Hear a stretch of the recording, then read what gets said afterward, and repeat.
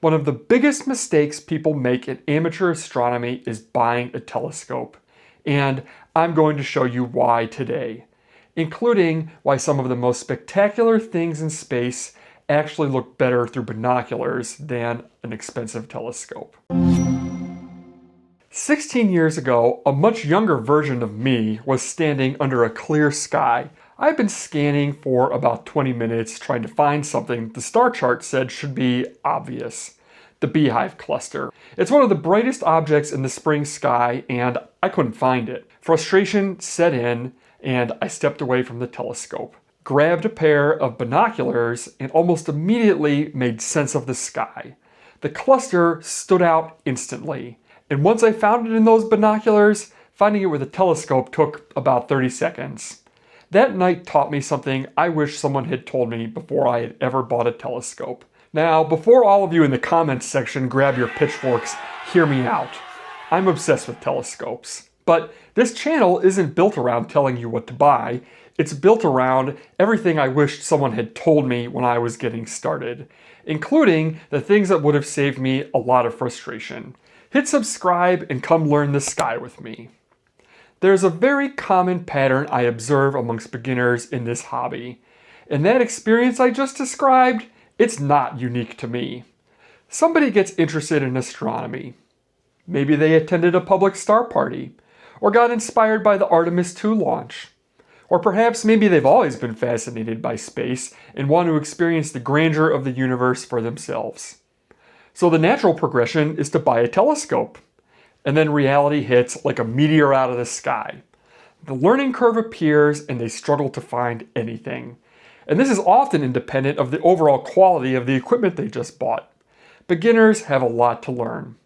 They need to figure out eyepieces, focus, magnification, setup, alignment, apps, batteries, star charts, accessories. All of this instead of simply enjoying the night sky. And they feel like they're trying to assemble IKEA furniture in the dark with a red flashlight strapped to their forehead.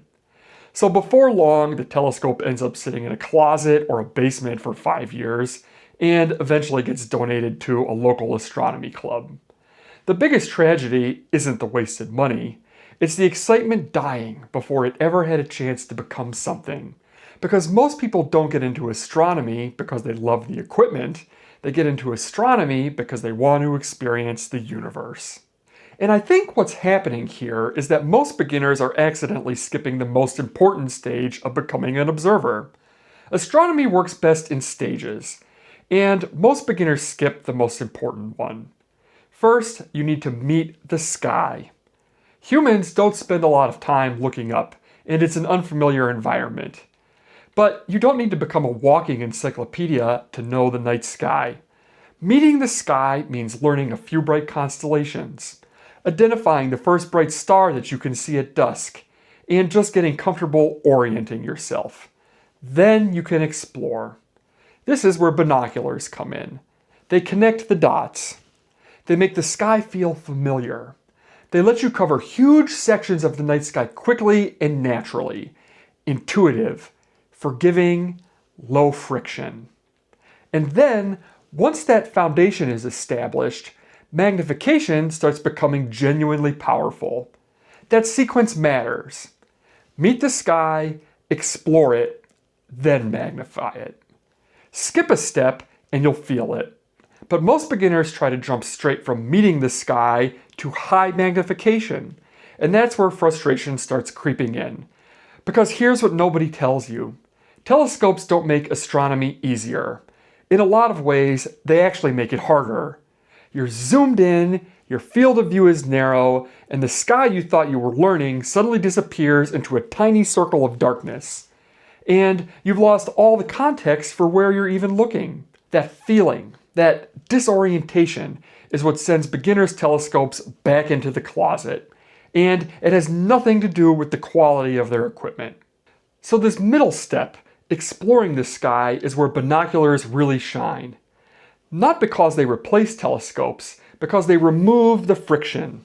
What beginners often don't realize is that some of the most breathtaking objects in the night sky are actually best seen through binoculars. Not despite the lower magnification, because of it. Furthermore, your brain was developed to accept information from both of your eyes, and using both of them to observe, especially giving you sort of a depth perception feel, really enhances the observing experience. These objects are so vast and sweeping that a telescope works against them. The Milky Way stretching overhead, great open clusters dusted across the sky, wide glittering star fields that no eyepiece can contain. This isn't a consolation prize. For a significant portion of what's up there, binoculars are simply the right tool. Simply put, some of the most spectacular things in the night sky don't require a telescope at all. Even the planets become easier to identify because binoculars help you understand the surrounding sky.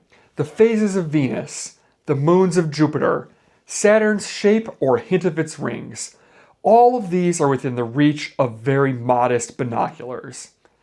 And here's the underrated best part. Almost zero setup time. Too cold to take your telescope out? Only have 10 minutes before bed? Clouds breaking up for just a few moments? Binoculars are the perfect solution because you pick them up and use them. That's it. Now here's something you won't hear very often in this hobby.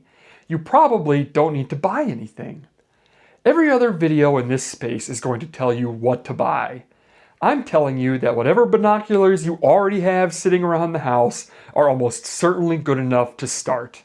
The only spec worth knowing, if any, is the magnification. If the magnification is somewhere between about 10 times and 20 times, which is indicated by the number before the X on the body of every pair of good binoculars, you're in great shape. Everything beyond that is optimization. And if you don't have binoculars at all, borrow a pair. Check a thrift store. Spend $15. The barrier to entry here is about as low as it gets. But there are a few things that you should know to get the most out of them. First, adjust the spacing so that both eyes line up comfortably. Second, use the center focus wheel. It works just like a telescope, and you just turn it until the image is sharp. Third, you may have a small adjustment ring on one of the eyepieces, called a diopter. Here's how to set it.